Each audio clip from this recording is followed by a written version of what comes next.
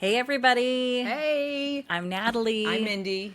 And you have just reached the podcast to get her to. Hey, If you're welcome wondering back. how we say that. So, school's back in session for everyone, some college students as well. My niece is at UW now, first couple weeks of school. A lot of the state schools don't start till the end of September, but Right. everything's getting back to normal a little bit. That summer rush of like, go and yes, I'll go do this and fly by the seat of your pants and picnics and all kinds lakes and wave runners and paddle boards and poker runs and Yeah. all that stuff is now kind of coming. Yeah. And we're getting, I feel like you get more organized, and we are start to crave a little bit more art culture. What am I trying to say? Getting more organized Getting more organized. and creating more Structure was the word. Not culture. Structure. Thank you, That's Menopause. it. Thank you, Menopause. And yes, I think that some of us are really good at building that structure into our back to school, back to work routine. And others of us are just feeling super overwhelmed because they're not great at it, right? Like structure does not come naturally to a lot of people. Good point. So I think today what we really want to talk about is building up your emotional fitness. So we talk a lot about, as a culture in particular, a lot about physical fitness and going to the gym or going for walks or, being in good cardio health or building muscle. That's been a thing of our culture for years and years and years. And now we're starting to talk about emotional fitness. Of how do we take care of ourselves when we feel overwhelmed, whether it be going back to school, starting a new job, coming down after summer, and like that post-party buzzkill of, oh God, I gotta just get late back. nights Right. and like less sleep and all of that. And now more than ever, we've got a year of lots of different things going on at a high level. Those of you looking back at this podcast years from now, it's 2025 right now. Yes, it's 2025. There's lots going on in the world. Yeah, politically, there's things going on in the world. There's wars going on in the world. There is just the inflation, employment. Job market been is layoffs. horrid. Yep, there's been that. And then just like all of the information, we have so many avenues of information, the way it comes in. A good friend told me last night about a news source she gets that she really likes, and it just states the news. There's no bias. It's 1440. Yeah. Okay. Yep. And she gets a newsletter. You can sign up for a newsletter or listen to it or whatever. But was she feeling overwhelmed by all of the avenues of news? Is that why she did it? She comes from a perspective of mental health and taking care of yourself and what her recipe is.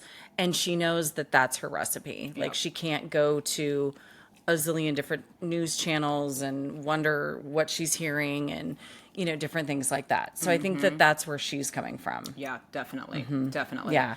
And I have a couple good friends who watch too much news. I used to get on my own dad about it.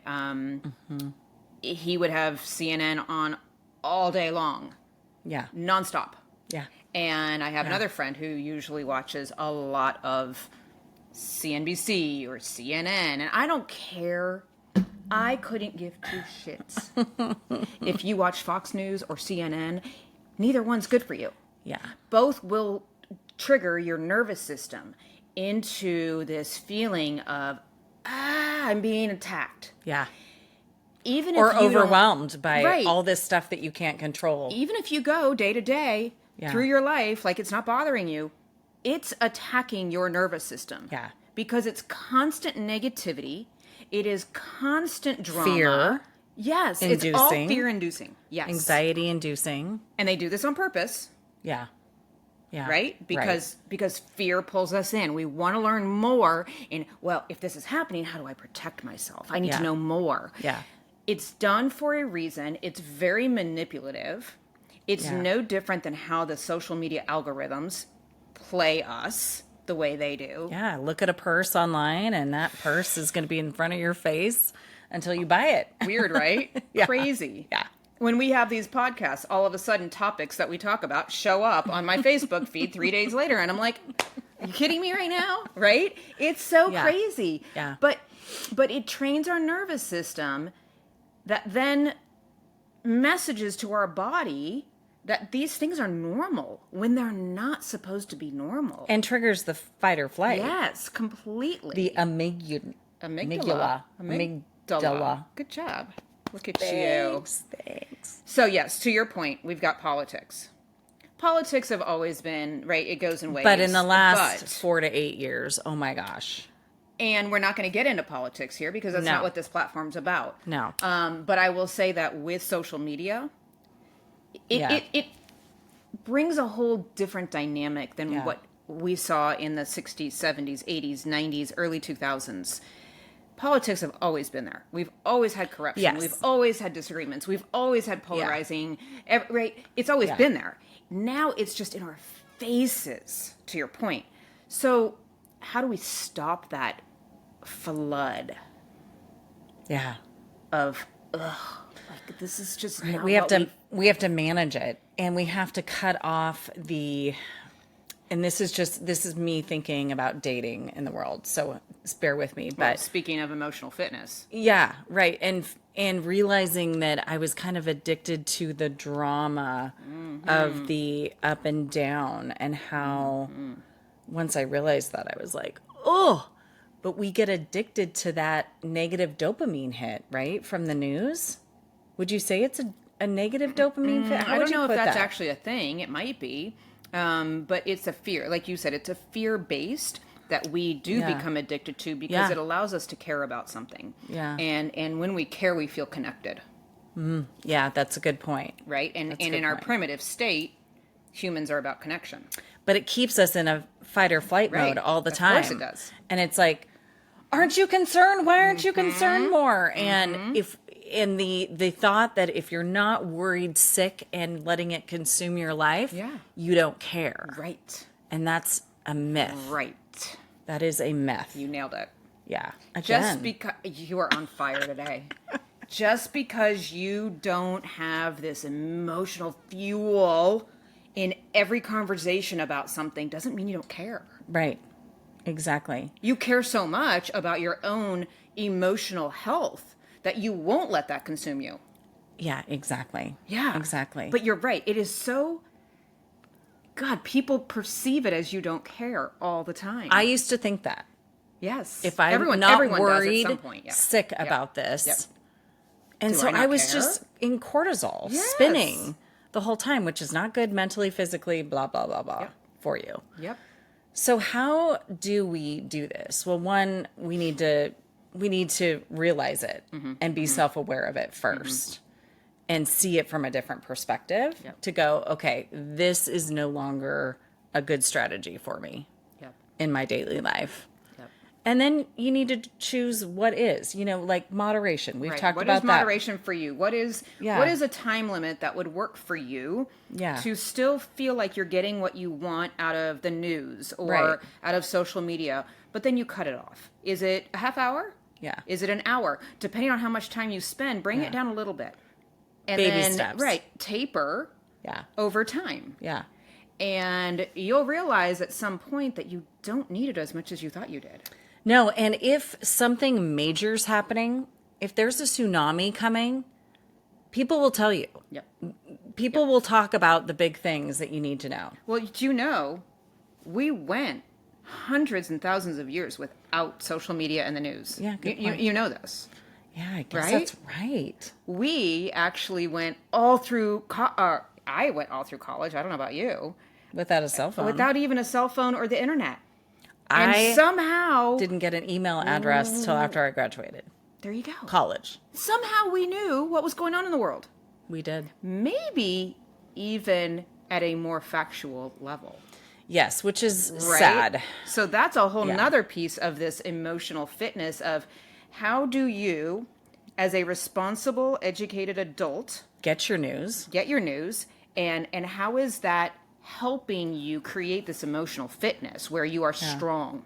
And you have to decipher that news. You have to. Create good You have sources. a responsibility to do that. Yeah, yeah. And if you're not doing that, I do see that as either A, ignorant, Ooh.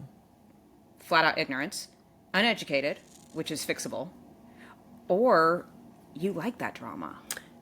And you're Like, getting you love something it. from it. Yeah. You're getting something Yeah. from it. So what happens when people do this, Mindy? So we know people in our community that just are so glued to it and so consumed with it. What do you see in these relationships with them, things like that? So I'm seeing an increase in defensive behavior. People becoming extremely hyper defensive over things that wouldn't normally trigger them. Because you're coming from the High cortisol high and and that fight of someone's attacking Yeah. me when really Yeah. it's not a personal attack, yeah. but because there's so much divisive, fearful headlines out there, so many of them, you're constantly in this state of feeling like you have to defend For And- everybody. for everybody, for everything. The world's gonna And all of a sudden, something that someone says to you that's totally like maybe even a joke, like lighthearted humor. You may not take as lighthearted humor anymore, and you'd be like, "What the heck? Why did you come at me like that?" because your body that's is so not- stressed. It's Yeah. up here. That's what I'm seeing more of than anything else. Is people just being really quick To react. to react because they feel so defensive. They feel so on edge. And it seems like there can be an intensity Oh yeah, very much so. as well. Very and much And so. that level of intensity, like I have been there. It is so bad for us because we are in that Yes. fight all the time. We're not letting down from that. So we talked about this. What happens when your cortisol levels go that high? You start drinking. No, just kidding. Yeah, That's one strategy. That is absolutely one strategy, which is totally effective until it's not. Yeah. Cheers. With my water. When your cortisol levels spike to that level, you can no longer critically think. Right. It Or clouds creatively. all ability. Yep. Not creative thoughts. No Nope. creative thoughts. No No resourcefulness. How do I Nope. solve this problem? It's like taking a highway and merging it into like this tiny little dirt road. Mm-hmm. And you are just a great You are analogy. just stuck right there, and you no longer get to go 90 miles an hour. You can't. You can't. And then it will come to a dead end. That's so good. Right? But we don't realize this because we're just constantly going. And the dead end is Crash and burn for me. crash and burn. It can be a vocal eruption. It can be That you just triggered. I work with a client who two clients, oh my gosh, now that you said that, where emotional, eruptive, like volatile behaviors have come out with these employees who like have never acted that way before. stuffers. They're probably stuffers. Maybe. And all of a sudden, just like in the past 2 months, they've caused real issues with the culture Yeah. at work Yeah. because now people tiptoe around them. Yeah. And even if they're high performers, they've now created this culture of you can't say something to me without me potentially reacting in that way. And like nobody wants to be around that. Yeah, no. You're walking on eggshells. Totally. I hate walking on eggshells. Right? done that Nobody a likes lot. that. Nobody likes that. Oh my God, it In takes your so much personal energy. and professional life. Yeah. But we're seeing more of that. And so like we have to start taking care of ourselves and each other in when we have people who are close to us and we have the rapport where we can say, I need you to like take a deep breath. Your energy level is like at a 15 out of 10. Like Yeah. take some deep breaths. Yeah. We don't always have that rapport with people. And so if we And- don't have that rapport. And if they're way up here, you could have said it when they were down here, But if they're up here at a high not gonna cortisol, listen. yeah, they're not going to, or they're going to get really pissed by your check-in. Like, are you okay? Like, why? Everything Why? okay? Why? What's wrong with me? You seem a little. Yeah. But Yeah.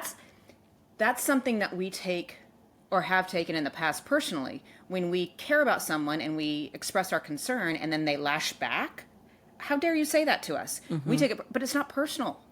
And that's what's so hard to get over is that's not personal. I was truly leading with good intent Yeah. and compassion. Yeah.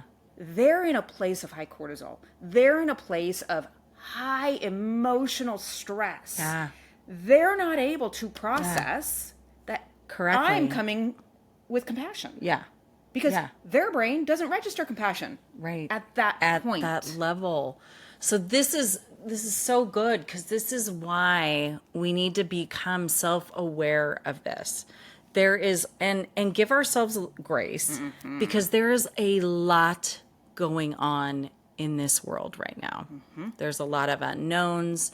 I don't care what side of the fence you're on. There's a lot of stuff going on. But we cannot continually be at that high cortisol level No. without repercussions. Relationships, Right. health. Right. You know, your body just can't do that forever. No.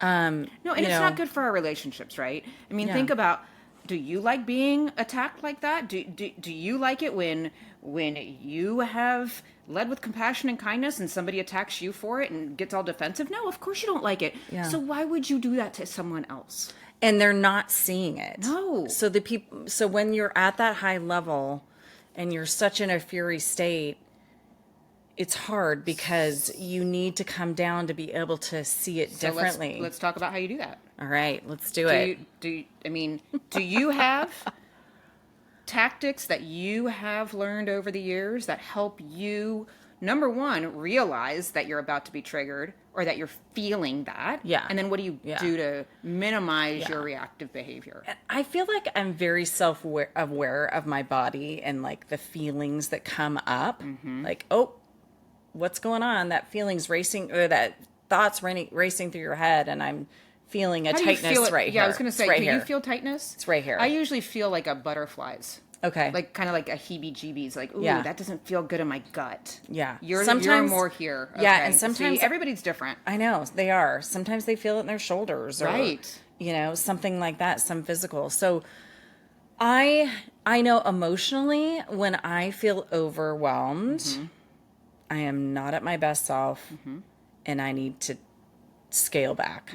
I need to fill my tanks up. Okay. That only the crucial things are getting done right now, and I will carve out my schedule for things that aren't as important to fill my tanks up. I need downtime. I need quiet. I need to give myself tons of grace. So overwhelm is a huge emotional trigger for me. Yeah. Yeah. Yeah. Well, how about you? I think like through therapy and working with my own personal therapy and then professionally working with clients through their work in their careers, a lot of it is emotional literacy, what they call, right? Of being able to name what you're feeling. Sally. Mustang Sally. Right? And being able to say, No. what is it you're feeling right now? Is it you're feeling overwhelmed? Okay, let's take that.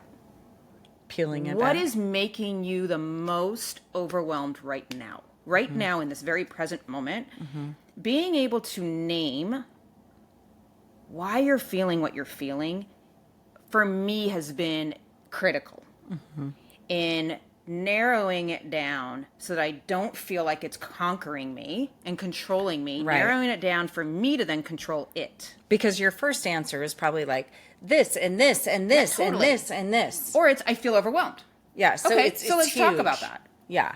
What are the things that are making you feel overwhelmed? Yeah. Let's break that down. Okay, well, I've got this going on, this going on, this going on. Okay, let's take one of those that feels the heaviest. That feels the heaviest. And let's just work on that one right now. Put the others to the side because they're still going to be there. The low hanging fruit. Yeah. Kind of what Kate Byers talked about. Yeah, Our that's first right. Yeah, podcast guest. Yeah. And I feel like that works for me is when I can just narrow it down, knowing the other things are not going away, knowing I'm still going to have to deal with them. I'm not brushing anything under the rug, right? Yeah. I'm not denying, Yeah. but I'm just going to focus on one thing that makes me feel that thing I named. Yeah. And that may be writing a list. Absolutely. Pros and cons. This is what I've deemed as Yeah. the most overwhelming number one pressing issue in my life right now that is causing me this feeling, Yeah. emotionally and physically. And then write the list of what do I need to do? Do you rate your feelings in the beginning before the exercise? Sometimes and I after? do. Sometimes I do. I don't, unless I'm like in a therapy session. Yeah. I don't normally do that on my own. Yeah. But I have caught myself sometimes being like, I'm only at a 6. This isn't like the worst. Or you're at a 8 when you start. Right. And then you make your list, you kind of go through things. Is this really happening? Is this not happening? What is the qualification for it? Like, do I have proof? Yep. And then you kind of ease into that and be like, that. okay, it's and not now as I am. bad. Now and now where where am am I? Yes. And it's like, even if you only go down a notch, you still went down a notch. Hey, if the mortgage rate goes down 2%, I'll take it. refi. Right. Yeah. And another thing that I do is I talked about the racing, the thoughts in my head, and I'll just notice a physical sensation. Yes. So I kind of in my head step back, like on a football field. I'm on the sidelines watching the thoughts or the players. And I'll be like, okay, let's go through this again. I'll just let them go. And then I'll pinpoint again the physical sensation to that thought. Yeah. And I'll go, okay, wait a minute. Okay, let's take that thought. I love that. And I take that thought and I dial that down. And I do the whole what's reality? What is really happening? And what is my mind telling me this is happening? Right. And when you look at what's really not really happening, a lot of times we're making most of it up in our head. Oh, for sure. And then that brings that intensity down. Yes. For me on that item. What can I do about it? Yes. Can I control it? Yep. If I can, what am I doing? If I can't, time to let it go. Love that. And then practicing the letting go. Well, yeah, there's that. We could do a whole podcast on that, and I'd love to get an expert in about just letting go. Yeah. Because Mindy and I were talking earlier about, I feel like it's really frustrating when I'm trying to let something go, because I know if I'm not letting it go, then I'm not at my best self. And, if you do vibration of energy, you're not at a high vibration, you're at a low vibration, which then nothing happens and you're just kind of stuck. Yes. It feels like you're stuck and you're like, damn it. Yes. I know I can't be here, but you have to accept it fully. And take a break. Do some of your passions, do some of your hobbies, whatever fills you up, that helps too. Yeah, you actually just mentioned like kind of what we talked about on our last podcast of like that boredom and what do we do when we feel bored? And part of that is like to sit with your discomfort. To sit with this, part of emotional fitness is to sit with discomfort of I want to drink, or I want to go smoke weed, or I want to binge eat, or I want to go get a milkshake. Or any of these behaviors that we know, or I want to watch the news for 4 hours and binge that. Any of these behaviors. And then just be like, right. Knowing, I could have probably just sat with that discomfort. Yeah. And one of the sayings that I love, like Buddhist in principle saying that I love so much, and I try to practice it now so much, is everything is temporary.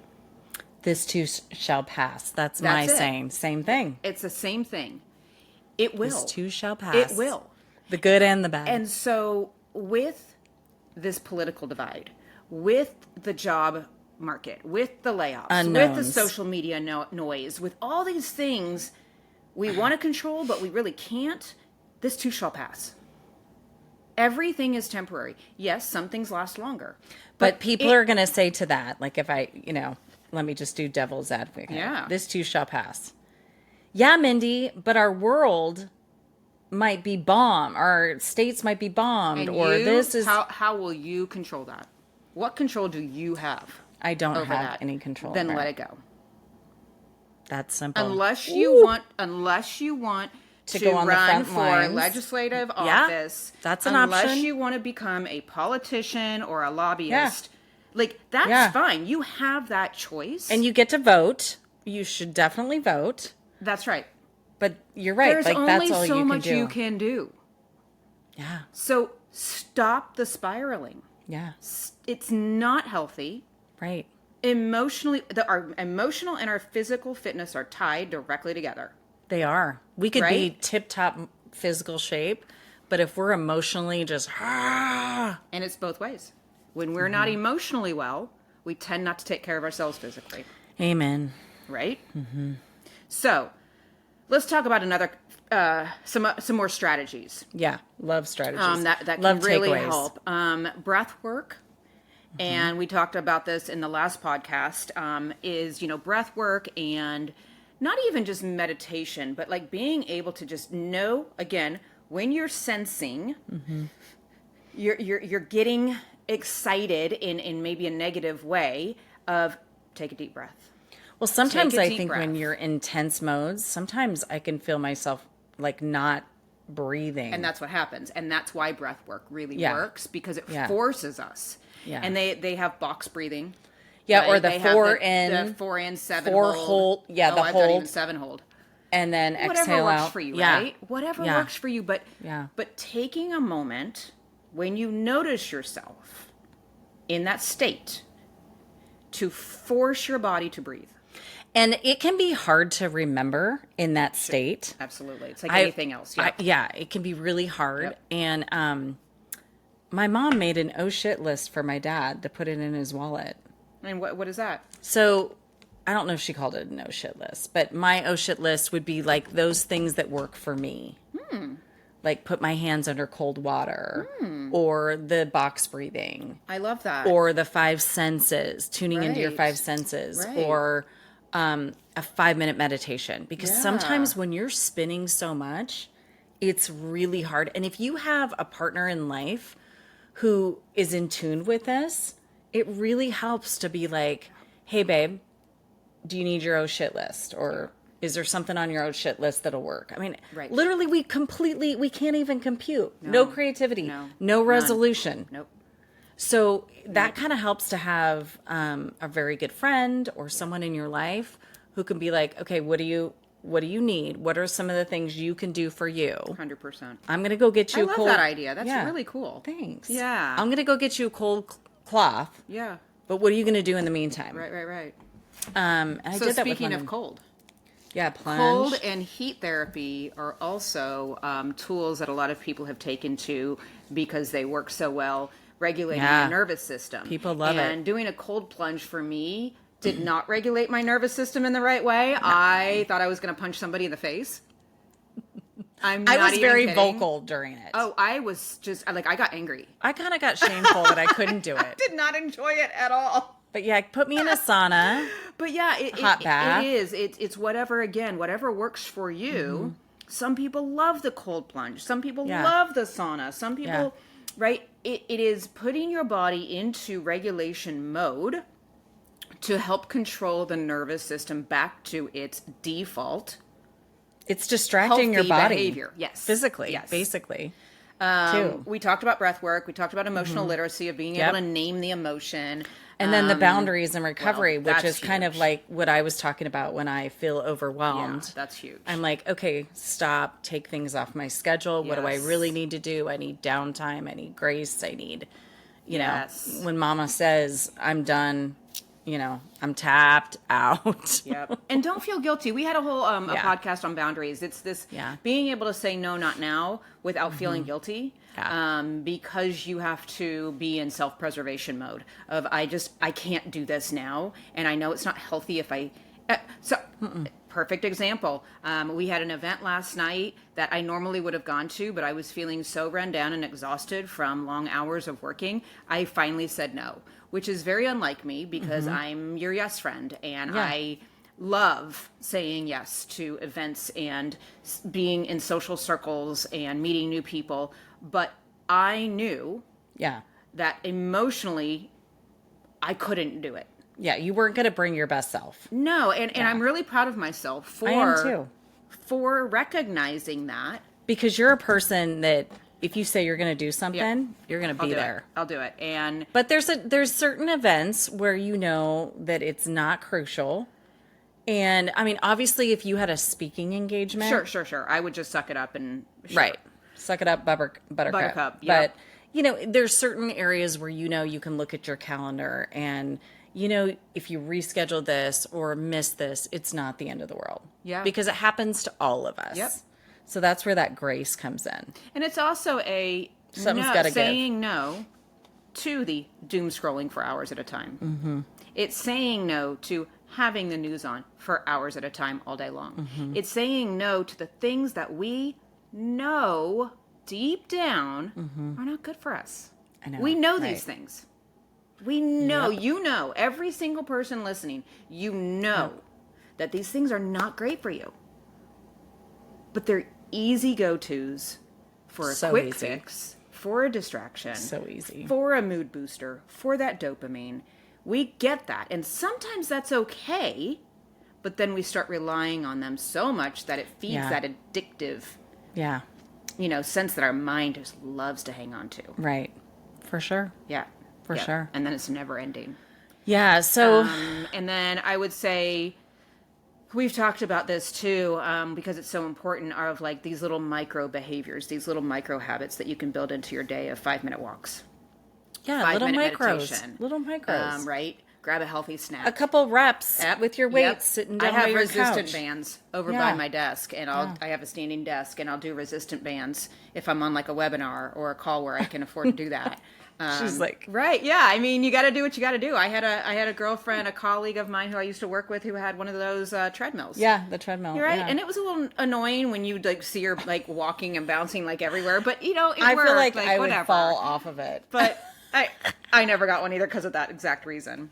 But to be able to reset Yeah. for 5 minutes, everybody has 5 minutes. So if you, and I'm saying this very boldly, if you find that your temperament is a little more hostile than it's been in the past, if you feel like you're a little more on edge than you have been, if you feel like you're lashing out at Intense. people, intense, Yeah. defensive, and you don't challenge yourself to do these things for 5 minutes a day, I would say that you're just using this as a crutch and that you don't want to work on yourself.